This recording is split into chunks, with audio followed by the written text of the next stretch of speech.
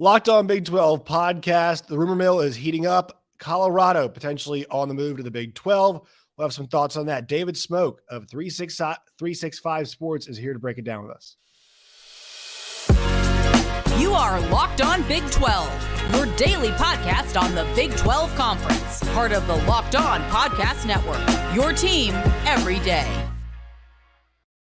Once again, Locked On Big 12 podcast. Josh Neighbors here. David Smoak is joining us today. Smokey, appreciate you giving us some time to talk about the only thing that anybody in Big 12 country wants to talk about, that is conference realignment.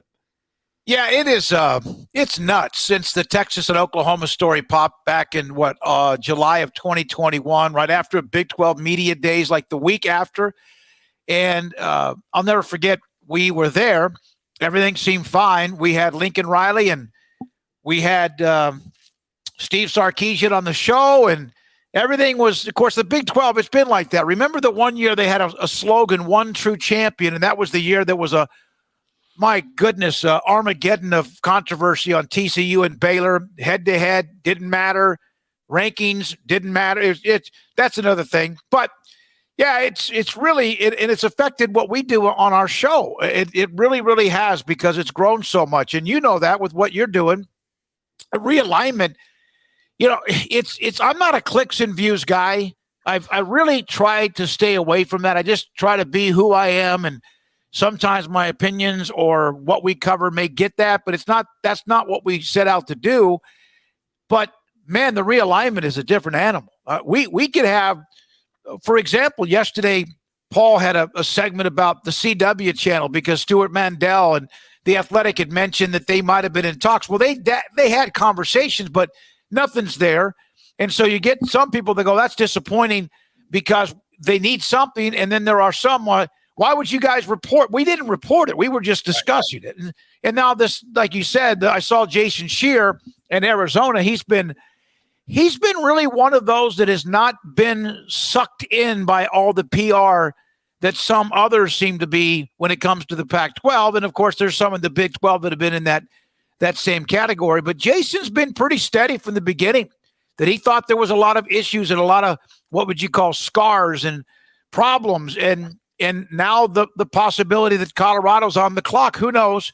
And then again, by tomorrow, Josh, it might change. That's what this has been all about for almost 2 years. Well, let's go with Colorado, because that's kind of the hot issue right now. And I thought it was interesting when the Pac-12 presidents came out and did their, little, I guess, kind of PR tour in a certain way. The one kind of group that was pretty quiet out of the four corner schools that we've talked about, one group was really quiet was Colorado. We did not hear a ton, it felt like, from their front. Utah was pretty, anti-Big 12.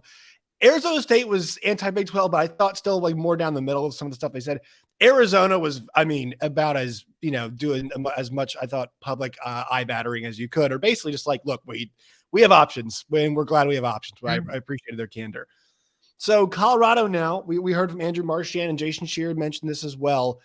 There is some steam picking up there. So what have you heard about this? And kind of also the idea that maybe only one school at a time could kind of make the dominoes fall. Just your thoughts on the kind of the latest Colorado rumors. Well, Jason Scheer has been, as I said, he's been pretty solid.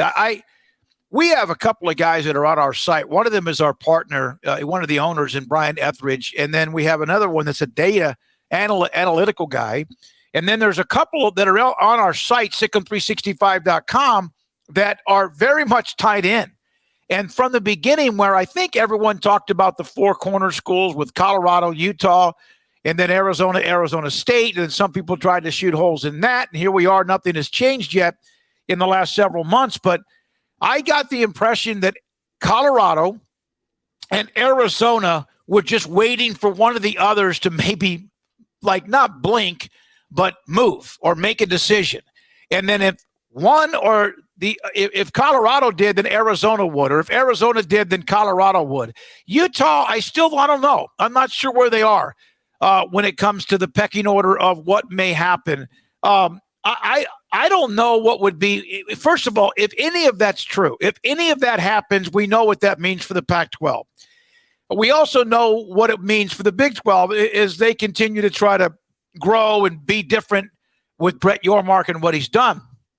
But I don't know, Josh, if it ends up being, let's say there's just 2 teams, maybe there's 4, maybe it's 0, but if it was to be a slow drip, like an IV drip, let's say team or program Y, in this case, let's say Colorado, and then maybe a week or 2 later, it's Arizona.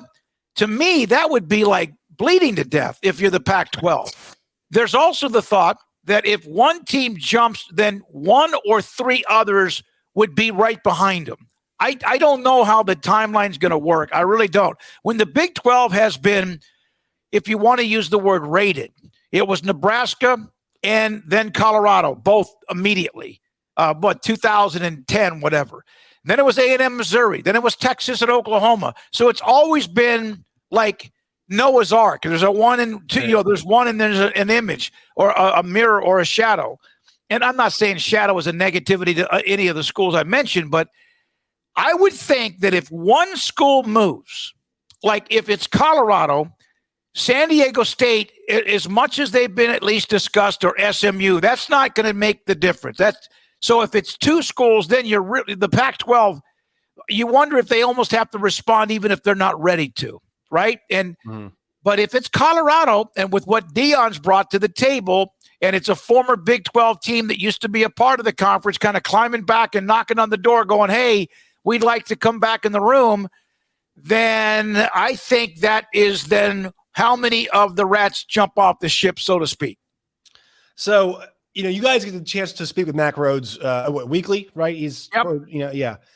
And I want to tackle this also from the administrative point of view, because I think that's something we have to consider. There's 2 parts of this. Number 1 is, how long do you put up with the insecurity, the deadline being moved back, the bad press, the rumors? And I also think too, like, if you're the president, you don't look great after going out there publicly and, making those comments about, well, we're pretty confident, but then having the deadline pushed back and all of this, like you don't look great now.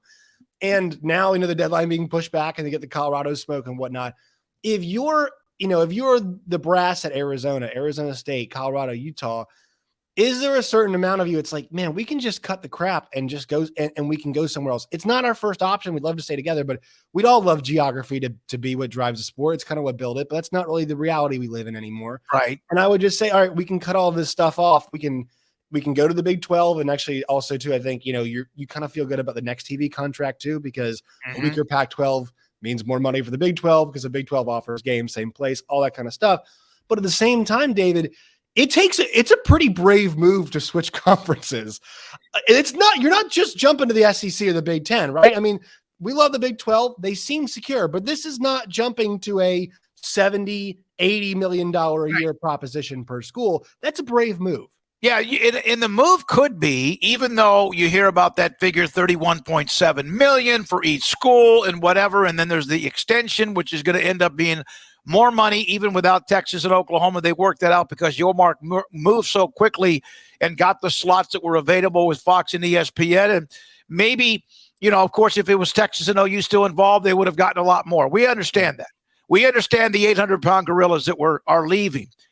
But yeah, when you're talking about, or you're discussing what could be a jump for 6 to 10 million, that's different than USC and UCLA making a jump for what could be 25 to 40 million or more. And geographically, you're right. College football used to be built by that. Now it doesn't matter because of, the travel time is still travel time, but Mountain Time and Pacific Time and East Coast and Central, that's all the same. But it's like, that's just kind of like, okay, we're going to have to go this way. West Virginia's been in the Big 12 for 10 years. Now, it's not easy. And Huggins has discussed that. He's about it a bunch. He always complains about it. Even if they were elite in basketball again, even if the football team was elite in football, it doesn't matter. It's going to wear you down.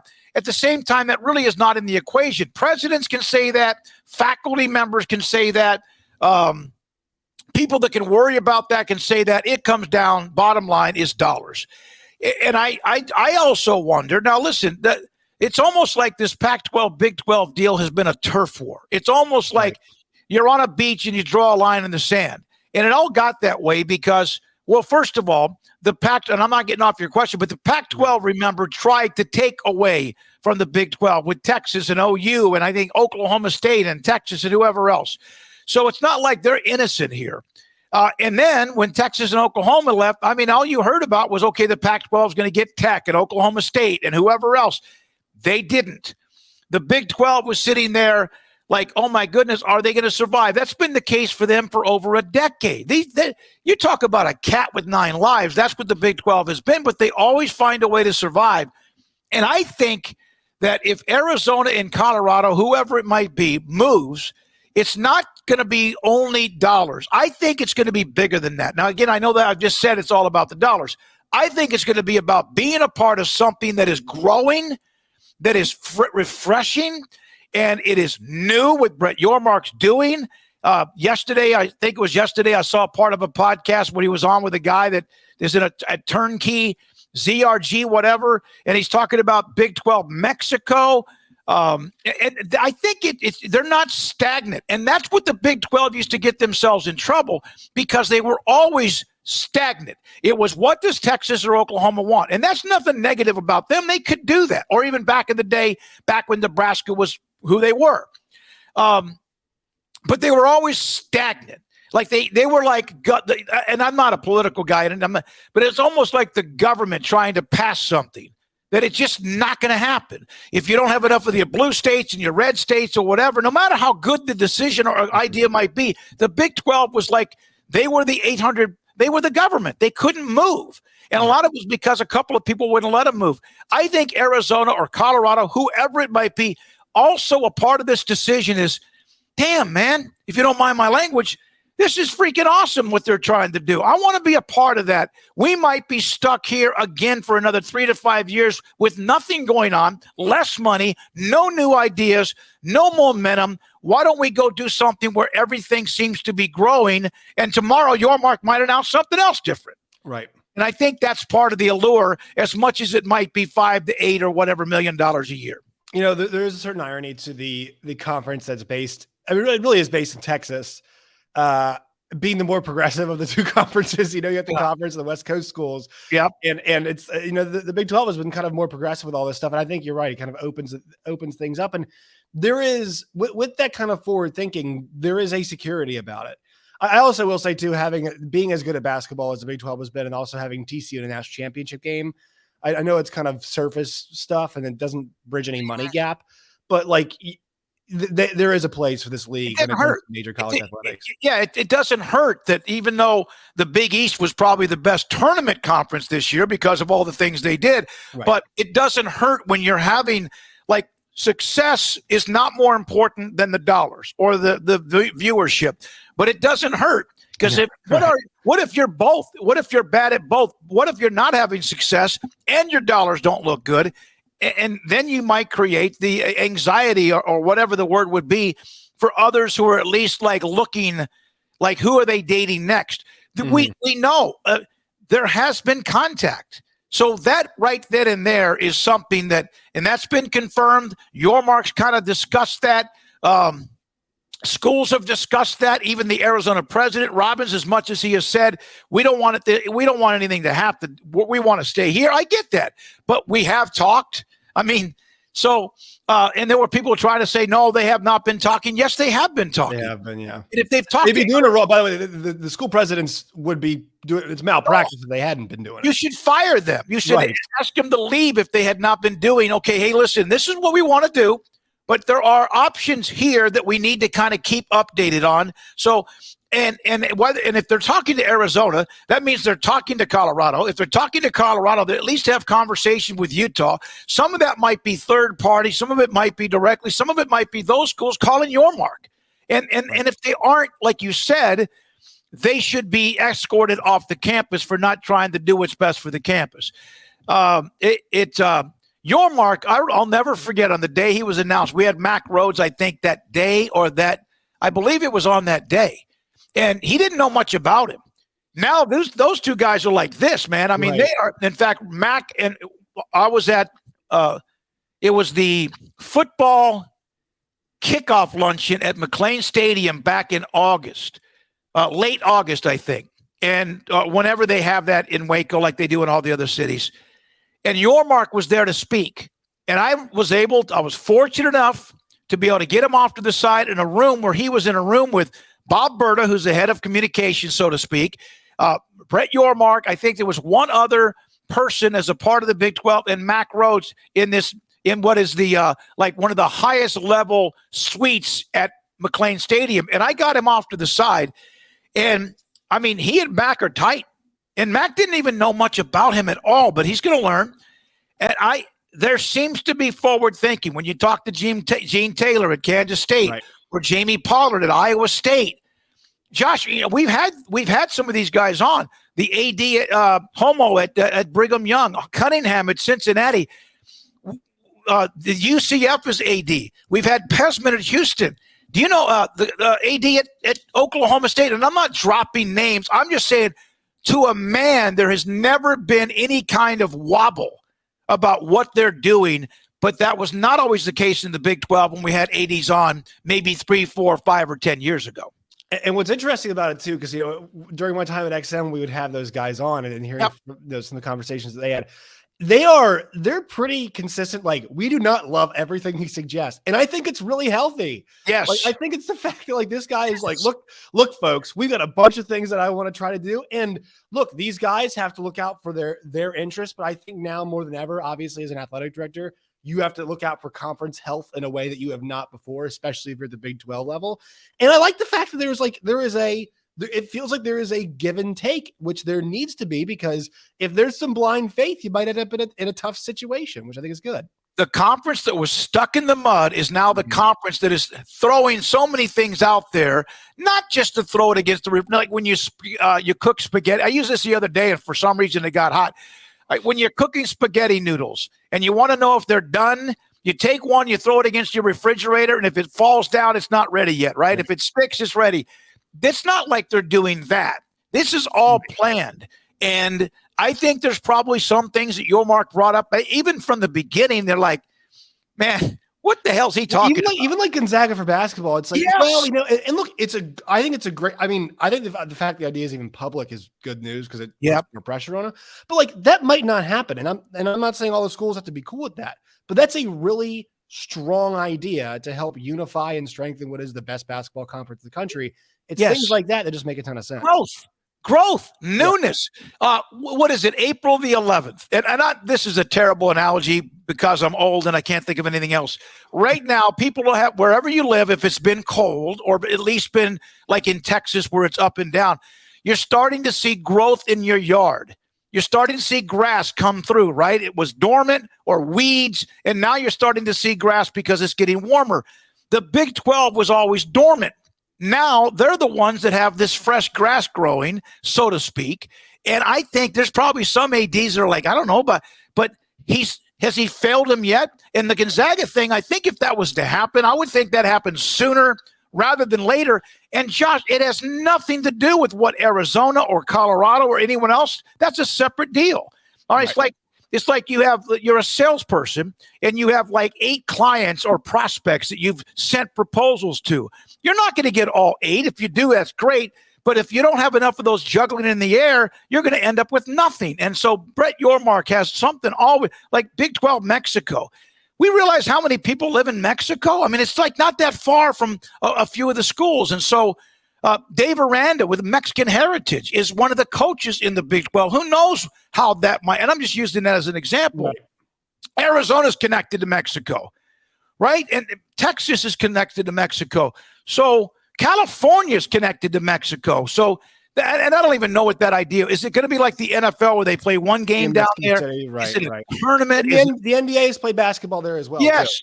Why not? Why not? I mean, the Cowboys are incredibly popular because they were smart enough back even the days of Gilbrandt to be able to go down and scratch that itch in Mexico, to go to Arizona, to go to California, to not be afraid to go to places. And now the Cardinals have, they have their fan base, but we know the Cowboys' national appeal is because they were not afraid to branch out and go do training camp in Thousand Oaks back in the day, now Oxnard.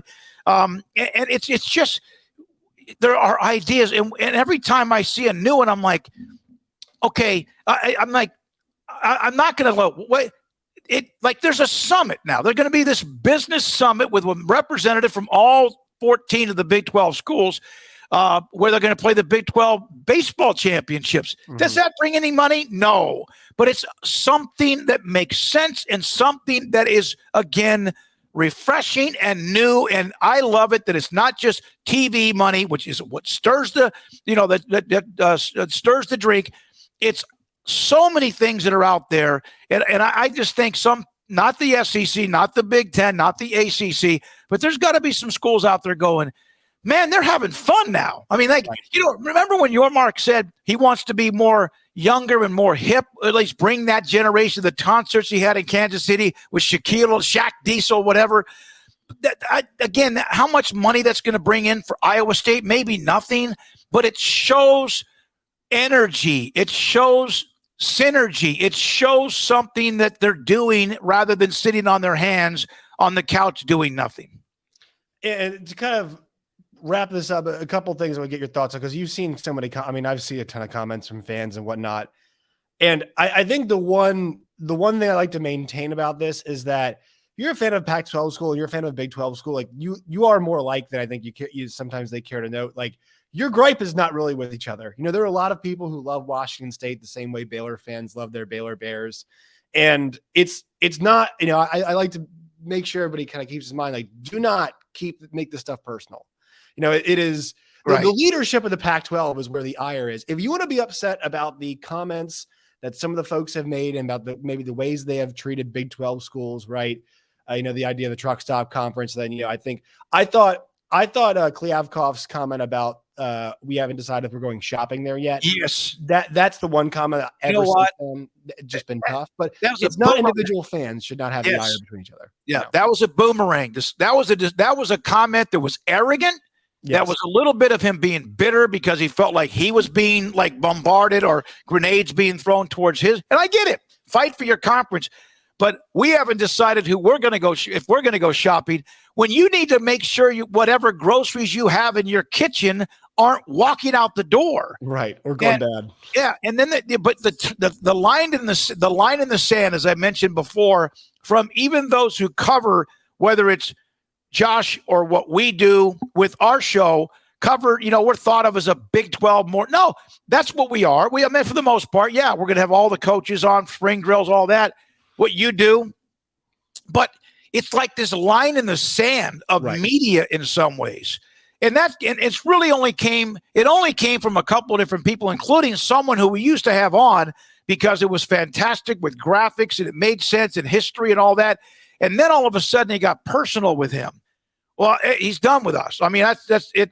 I'm not going to get into names or whatever, but for whatever reason, it became political and personal for him to start taking shots. And I'm not saying you, but it's someone like, let's say you or us or anyone else that might have had an opinion, idea, or speculation.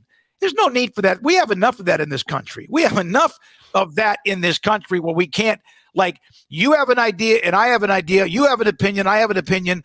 My God, let's just scream at each other until the other person can't talk anymore. No. That's stupid. It's just sports, right? And we understand too the anxiety of the situation sucks. We went through it. We've been there.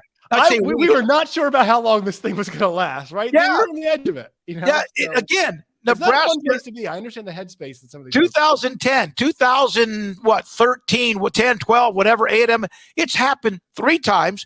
Probably could have happened 8 times. Might have even happened before Nebraska and Colorado back when they had the transition when Dan Beebe lost control of everything. I keep forgetting his name. The interim commissioner that came in when Beebe stepped down, when all hell broke loose, he was probably a guy that should have something trophy named after him. He was an interim. God, I wish I could remember his name. He did a phenomenal job. And then, of course, Bowlesby effectively sleeping at the wheel with Texas and Oklahoma. And yet he might have Chuck Nanus. Chuck Ninus. That's it. But we had him on about a year ago. He was fed. But Bowlesby, as much as he might have been asleep at the wheel, maybe he was still no different than anyone else. What he did and how fast he did by taking those 4 schools that are coming in with Houston, Cincinnati, UCF, and Brigham Young, the 4 best options. There could be an argument about, all right, what about Memphis or someone like that? He got the 4 best options. Imagine, Josh, where we would be today had that not happened, because some of those might be a part of the Pac-12 or another conference, and the Big 12 could be, again, sitting on their hands, stuck in the mud with nothing else to do but look at the watch, the seconds click off the clock. Last thing, I know we're not trying to be too much in the prediction game because we're just trying to follow the news and give our thoughts about it, but where do you think this goes? And look, my feelings about this, I'll be honest, I'm not super consistent because the news changes, and it's once, like we talked about, it's a brave decision to leave a conference, go to a new one. It's a tough thing, but where do you think this ultimately ends? At least in the short term. Long term, we don't know, but short term, where do you think? I still think that no matter all the smoke, no matter today, whether it's what Jason Shear or whoever else says something about Colorado, I mean, I think the Pac-12 is on life support. I don't think they're dead. And I don't want them to be. Just like I'm sure, I don't know, maybe they wanted the Big 12 dead back when they went through when they've been wounded. I still think in my gut, and I've said this to even some of the media consultants who used to be a part of this part of business as far as sports business, to even some on our site that all feel like this thing is headed towards at least a couple of teams leaving. I still think for whatever reason that they're going to figure it out. It's not going to be gorgeous. It's surely not going to be pretty, but they're going to figure it out, kick the can down the road, try to get down 3 years from now, and then see what else changes. And the life-saving thing for them is not going to be whoever they get linear, because we know that's going to be minimal money. Will what they're doing with the streaming with Amazon or Apple actually be ahead of its time? And they are the ones who somehow get not a landslide of money, but maybe they're the ones that get out in front of something before we even understand really what it is. And if that's the way that they're going to survive, and I still think down in my gut, and I've been wrong, but somehow this is going to be kicked down the road for like 3 years, and they somehow stay together. And if that's the case, good for them. And if it's not, then I hope like Mac Rhodes or Brett Yormark or Gene Taylor or Jamie Pollard or whoever else has said the Big 12's ready. Okay, our doors are open. Let's make a deal. David, appreciate your time. Where can folks find you and your work in all of its variety? We're on every afternoon live on YouTube, 365 Sports. And my Twitter feed is like you have in front of me. Thank you very much, Josh, for doing that, like yours.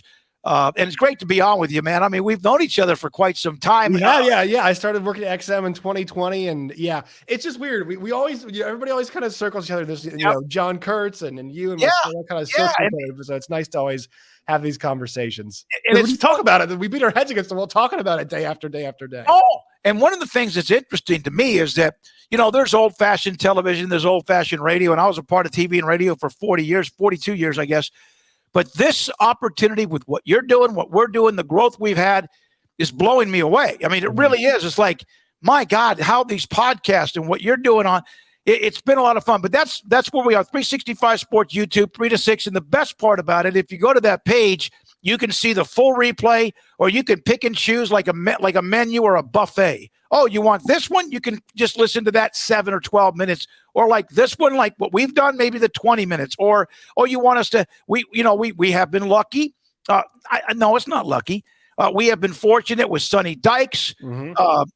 Yesterday with Dana Holgerson, it was fantastic. Tomorrow, Dave Aranda. Friday, Kalani Sataki. So those interviews can be like just, I just want to listen to that. You can't. Or you can listen to us live, watch us live, watch the replay.